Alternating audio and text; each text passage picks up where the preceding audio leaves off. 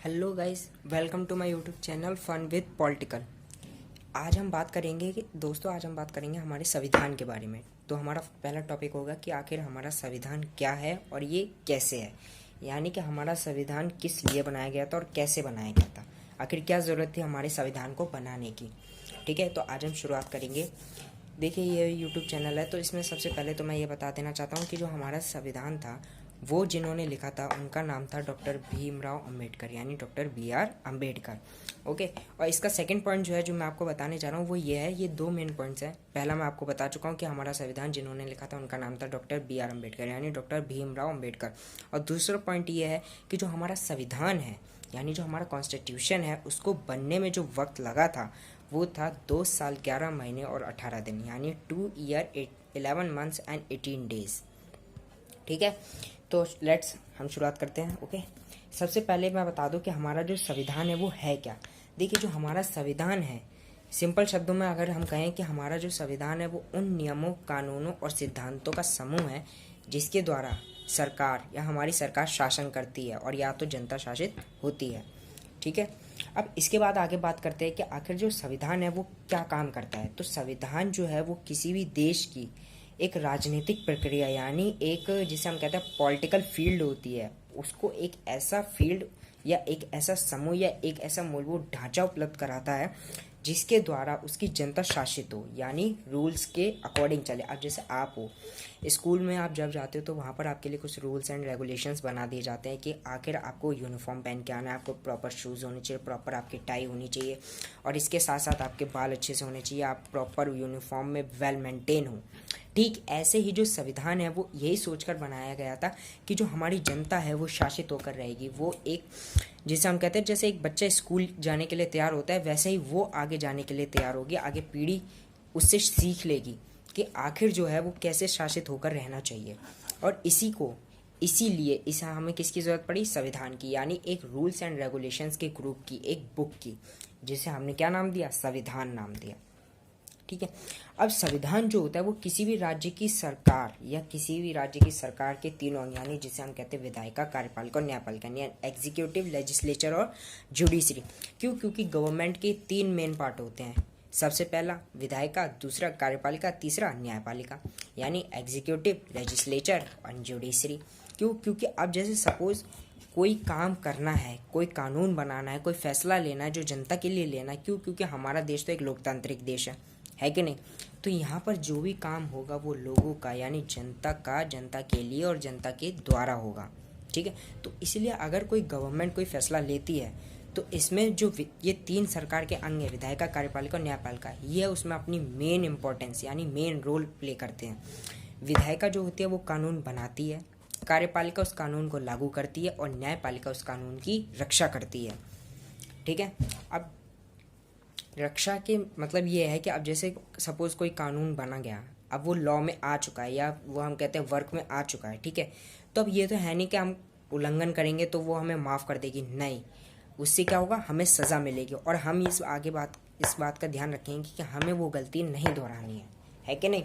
तो इसीलिए जो सरकार के तीनों अंग हैं, विधायिका, कार्यपालिका और न्यायपालिका, इन तीनों को ही सरकार क्या कर वो संविधान क्या करता है? शक्तियाँ प्रदान करता है, ताकि अगर कोई बात ऐसी हो जहाँ पर इन्हें जनता के लिए फैसला लेना पड़े तो इनके पास उतनी शक्तियाँ, उतनी पावर या छूट जिसे हम कह सकते हैं होनी चाहिए। और इसके साथ साथ सिर्फ ये नहीं कि पावर्स दे दी इनको तो ये जैसे चाहे वैसे करें, नहीं, इनके लिए संविधान एक क्या करता है? एक बॉर्डर लाइन तय कर देता है, यानी एक जिसे हम कहते हैं ना बॉर्डर लाइन, कि हाँ आपकी सीमा ये है, इससे आप बाहर नहीं जा सकते। संविधान इन तीनों के लिए भी ऐसा ही करता है कि ये आपकी सीमा है और इसके अंदर रहकर, जैसे विधायिका की सीमा एक तय कर दी गई है, उसे कानून बनाना है, ये सब रिलेटेड, ये सब डॉक्यूमेंट्स, ऐसे काम देखने, तो वो सिर्फ वही काम करेगी। और कार्यपालिका का काम है कानून को लागू करना, लोकसभा और राज्यसभा इन दोनों सदनों के साथ साथ राष्ट्रपति के पास वो जाएगा, ये भी देखना। और इसके बाद जो न्यायपालिका है उसका काम है कि जो कानून बन चुका है उसकी रक्षा करना। क्योंकि ताकि जनता क्या रहे? शासित रहे। ठीक है, और यह भी देखना कि समाज में कहीं अन्याय तो नहीं हो रहा है। क्योंकि अगर आज भी हमारे यहाँ कुछ अन्याय होता है या कोई भी बात होती है तो हर कोई ये कहता है I will see you in the court, यानी क्योंकि उसे न्यायालय पे भरोसा होता है कि अगर कोई भी उसकी बात सुने या ना सुने लेकिन कोर्ट उसकी बात ज़रूर सुनेगा। ओके, अब जो अगला पॉइंट है वो बात करते हैं।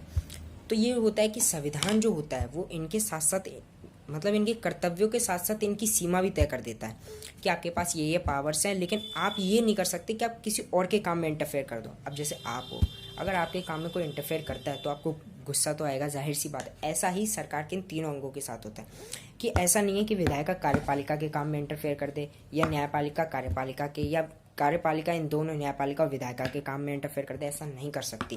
क्यों? क्योंकि अगर ऐसा हुआ, हाँ बस ये कर सकते हैं कि गलती करने पर ये विधायिका और कार्यपालिका मिलकर न्यायपालिका पर अंकुश लगा सकती हैं, या न्यायपालिका और विधायिका मिलकर कार्यपालिका के कार्य पर अंकुश लगा सकते हैं कि नहीं आप ये गलत कर रहे हो, या ये फैसला गलत है, आप इसको दोबारा सोचो और समझो, फिर से फैसला लो।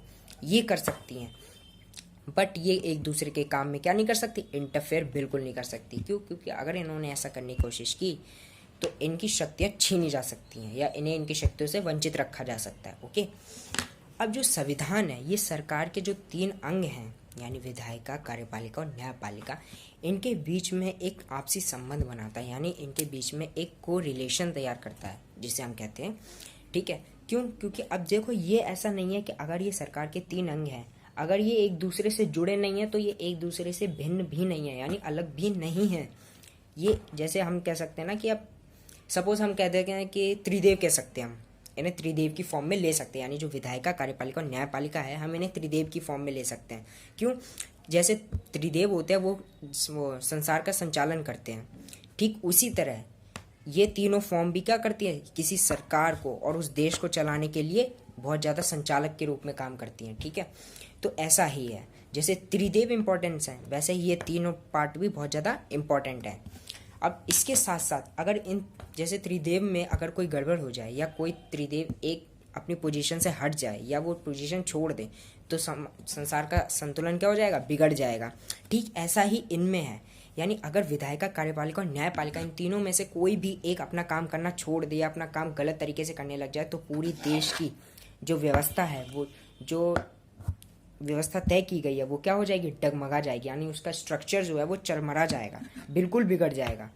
तो ऐसा ही इनके साथ होता है। तो जो संविधान है वो ये देखता रहता है कि इनके जो आपसी संबंध हैं वो अच्छे से बने रहें।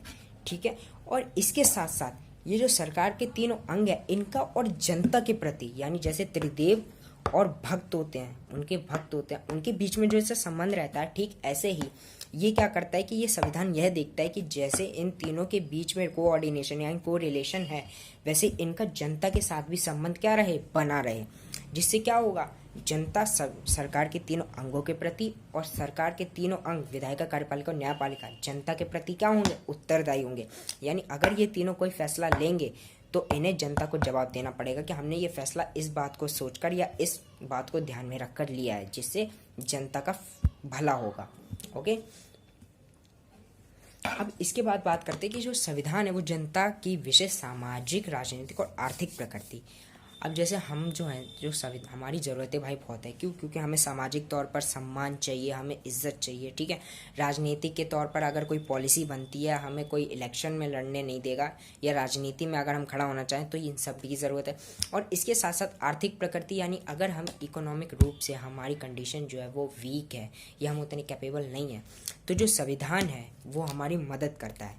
कैसे? मैं आपको बताता हूँ। संविधान जो है वो सामाजिक तौर पर हमारी मदद ऐसे करता है कि जो अधिकार उसने किसी और व्यक्ति को प्रदान किए हैं, जो नीति निर्देशक तत्व प्रदान किए हैं, इनके बारे में आप आगे पढ़ोगे, वही सब हमें भी प्रदान है। ऐसा नहीं है कि उसको ज़्यादा इंपॉर्टेंस दे दिया या हमें ज़्यादा इंपॉर्टेंस दे दिया, ऐसा नहीं है। जो हमें प्रदान है वो उसे भी प्रदान है। तो ये हो गए सामाजिक तौर पर समानता, एकता। अगर हम समाज में रहना चाहते हैं तो जितनी छूट उसे है उतनी छूट हमें है।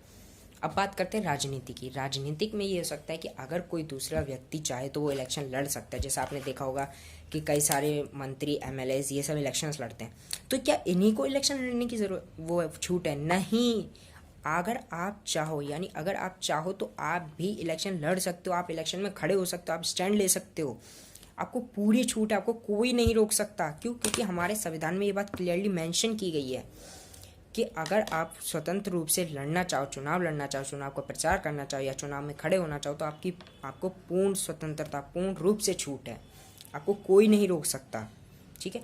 अब बात आती है आर्थिक प्रकृति की। आर्थिक प्रकृति से इसका मतलब ये है कि अगर आप इकोनॉमिक रूप से कमज़ोर हो या वीक हो तो गवर्नमेंट आपको क्या करती है, जैसे आपको देखा होगा बहुत सारी योजनाएं बना देती है। रोज़गार योजना हो गई, या वर्कर्स के लिए छोटी मोटी योजना हो गई, या पैसा योजना हो गई, बहुत सारी योजना, मनरेगा योजना हो गई।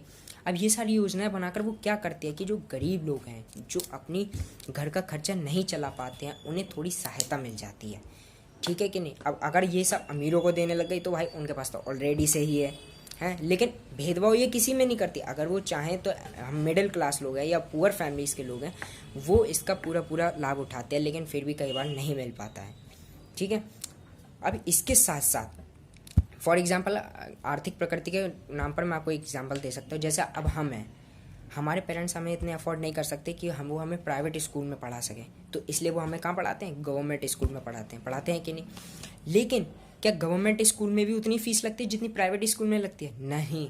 ऊपर से हमें वहाँ गवर्नमेंट की तरफ से क्या थोड़े पैसे मिल जाते हैं हमारे, किसके लिए, बुक्स के लिए मिल गए, ज्योमेट्री बॉक्स के लिए मिल गए, ड्रेसेस के लिए मिल गए, है कि नहीं। तो ये सब होता है जिससे गवर्नमेंट क्या करती है, बच्चों को या बच्चे के माता पिता को थोड़ी सी आर्थिक सहायता दे देती है, जिससे वो क्या हो सके, उन्हें आर्थिक प्रकृति की थोड़ी सी मदद मिल सके। अब इसके साथ साथ सामाजिक तौर पर देखें तो उनकी आस्था आकांक्षा को पूरा करना भी किसका, संविधान का काम है। क्यों? क्योंकि संविधान में ये बात पूरी तरह से दी गई है कि अगर कोई व्यक्ति किसी धर्म को मानना चाहता है या किसी और धर्म का प्रचार करना चाहता है या अपने धर्म का प्रचार करना चाहता है तो उसे पूर्ण स्वतंत्रता है, लेकिन वो ये नहीं कर सकता कि वो किसी दूसरे धर्म की बुराई करे, निंदा करे, ये उसे बिल्कुल छूट नहीं है, ठीक है। और इसके साथ साथ व्यक्ति की आकांक्षाएं होती हैं कि उसके पास एक घर हो, एक अच्छी सी नौकरी हो, ठीक है। तो ये नहीं कि सरकार मना कर देती है, संविधान में ये बात नहीं है, नहीं। अगर आप जॉब करोगे और ज़मीन खरीदते हो तो आपको ये पूरी इजाज़त है कि आप अपनी ज़मीन खरीद सकते हो। क्योंकि कई बार ऐसा होता है कि वो कहते हैं कि नहीं ज़मीन नहीं मिल सकती, आपको ये टैक्स भरना पड़ेगा, आपको ये टैक्स भरना पड़ेगा। नहीं, आपको ज़मीन खरीदने की भी पूरी इजाज़त होती है। और इसके साथ साथ आपकी आकांक्षा यानी आपकी आस्था का भी पूरा ध्यान रखा जाता है कि अगर आप किसी धर्म को मानना चाहते हो तो आपको बाध्य नहीं किया जाएगा कि नहीं आप अपने ही धर्म को मानो, आप जिस धर्म को चाहो उस धर्म को मानने के लिए स्वतंत्र हो। क्यों? क्योंकि भारत लोकतांत्रिक के साथ साथ एक धर्मनिरपेक्ष राज्य भी है, यानी एक धर्मनिरपेक्ष देश भी है, जिसमें ये होता है कि सभी धर्मों को, सभी कास्ट को, सभी रिलीजियंस को एक समान माना जाता है, यानी एकता प्रदान की जाती है, उसमें किसी भी प्रकार का कोई भेदभाव नहीं किया जाता। तो इसी बात को ध्यान में रखकर क्या संविधान में ये बात मेंशन की गई है, यानी दी गई है। अब इसके साथ साथ आकांक्षाओं को पूरा करता है, आस्था को भी पूरा करता है कि आपको कोई रोक टोक नहीं है, लेकिन इसके साथ साथ ये भी देखता है कि समाज में अराजकता ना हो। क्यों? क्योंकि कई प्रभावशाली लोग यानी कई पावरफुल लोग हमेशा क्या करते हैं, अपनी पावर का इस्तेमाल कर कर लोगों को डराना, धमकाना या उन्हें किसी भी काम को करने के लिए मजबूर करना, ये सब करना, ये सब किस लिए करते हैं, ताकि वो अपना वर्चस्व, अपनी पावर दिखा सकें। और इसी को रोकने के लिए संविधान ने किसी गवर्नमेंट को, सरकार को, पुलिस को, इन सबको बनाया है ताकि ये हमारी क्या कर सकें, उन सभी से क्या कर सकें, रक्षा कर सकें। आर्मी बॉर्डर पर हमारे जवान भाई हैं, वो हमारी रक्षा किस लिए करते हैं, ताकि कोई भी हम पर आकर अपना वर्चस्व ना दिखा सके, है कि नहीं। तो आज का ये टॉपिक यहीं ख़त्म करते हैं।